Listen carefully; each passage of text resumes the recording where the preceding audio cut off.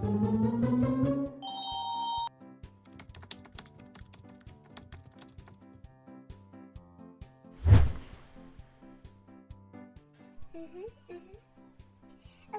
I'll be placing the call on hold for a minute or two while checking on your order.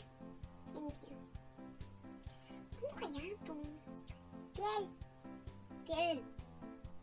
Ano? Pa-check na ang status ng order ng customer. Undeliverable daw. Huh? Undeliverable? Ano ba yan? Undeliverable. Ano undeliverable? Undeliverable. So nga. Ay. Sorry na. Hi.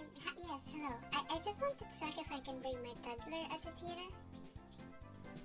I understand that you would want to bring your toddler at the theater.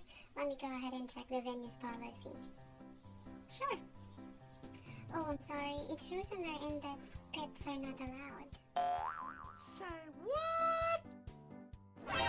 What? That's my son!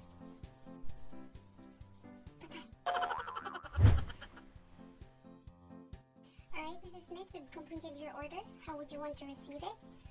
FedEx or JNT? I mean, USPS.